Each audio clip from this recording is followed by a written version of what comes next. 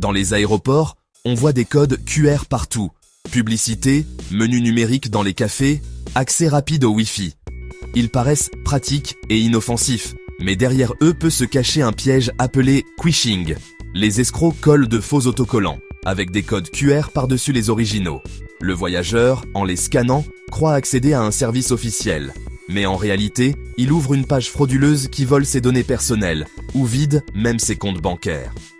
Le problème, c'est que la page frauduleuse ressemble presque trait pour trait à la véritable. Logos, couleurs et design copiés. La seule défense est de se méfier des QR codes inconnus. Avant de scanner, observe si la fiche semble avoir été manipulée. En cas de doute, demande de l'aide au personnel de l'aéroport ou saisis manuellement l'adresse officielle. Être prudent peut éviter bien des ennuis. Rien de plus confortable que de se connecter à Internet en attendant un vol. Pourtant, certains délinquants installent de faux points d'accès, avec des noms très similaires à ceux du Wi-Fi officiel de l'aéroport. Il suffit que le voyageur s'y connecte pour que ses courriels, mots de passe ou même transactions bancaires soient exposés. La règle de base est claire. Utilise uniquement les réseaux officiels et demande confirmation au personnel si tu as des doutes. Méfie-toi des connexions ouvertes sans mot de passe et évite de saisir des informations sensibles lorsque tu utilises le Wi-Fi public.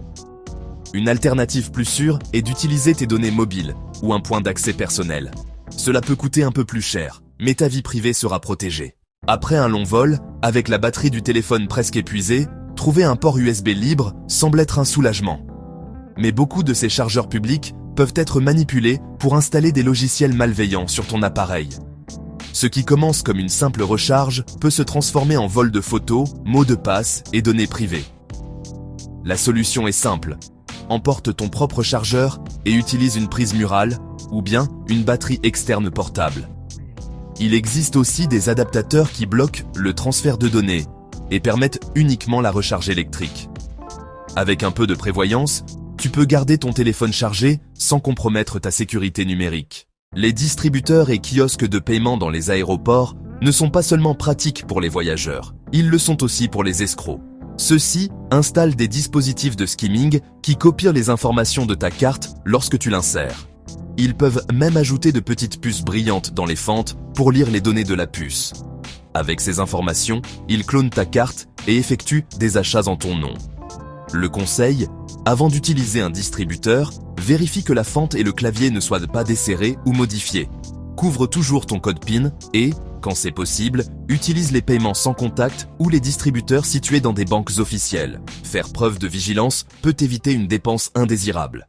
Aujourd'hui, il est courant de partager des photos de voyage sur les réseaux sociaux, mais en montrer trop peut coûter cher. Un selfie avec ta carte d'embarquement révèle des données personnelles dans le code barre. Des informations suffisantes pour que quelqu'un annule ton vol ou accède à ton compte de voyageur fréquent. De la même manière, jeter les étiquettes de bagages dans les poubelles de l'aéroport est risqué, car des délinquants peuvent les récupérer et les utiliser pour faire de fausses réclamations. La solution est simple.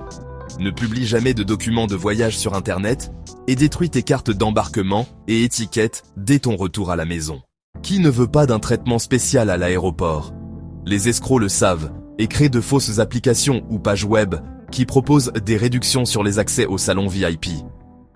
On reçoit aussi des courriels avec de prétendues promotions exclusives, parfois ciblant les personnes âgées. En téléchargeant l'application ou en payant l'accès, au lieu du confort, tu te fais voler de l'argent ou tes données.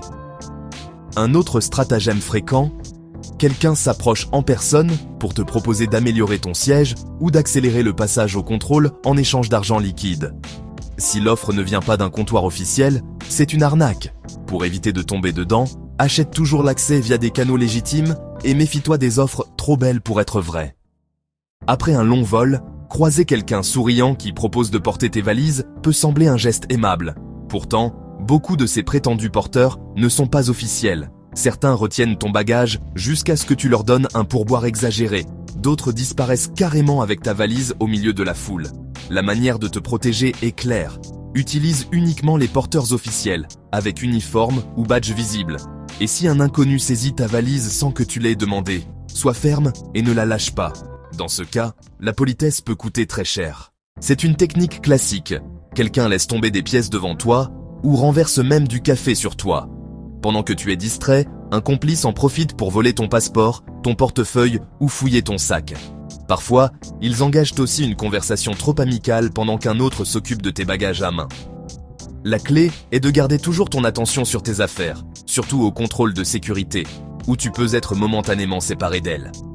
Si une agitation éclate près de toi, vérifie immédiatement tes objets de valeur. Les guichets de change dans les aéroports appliquent souvent des commissions élevées, mais certains vont plus loin.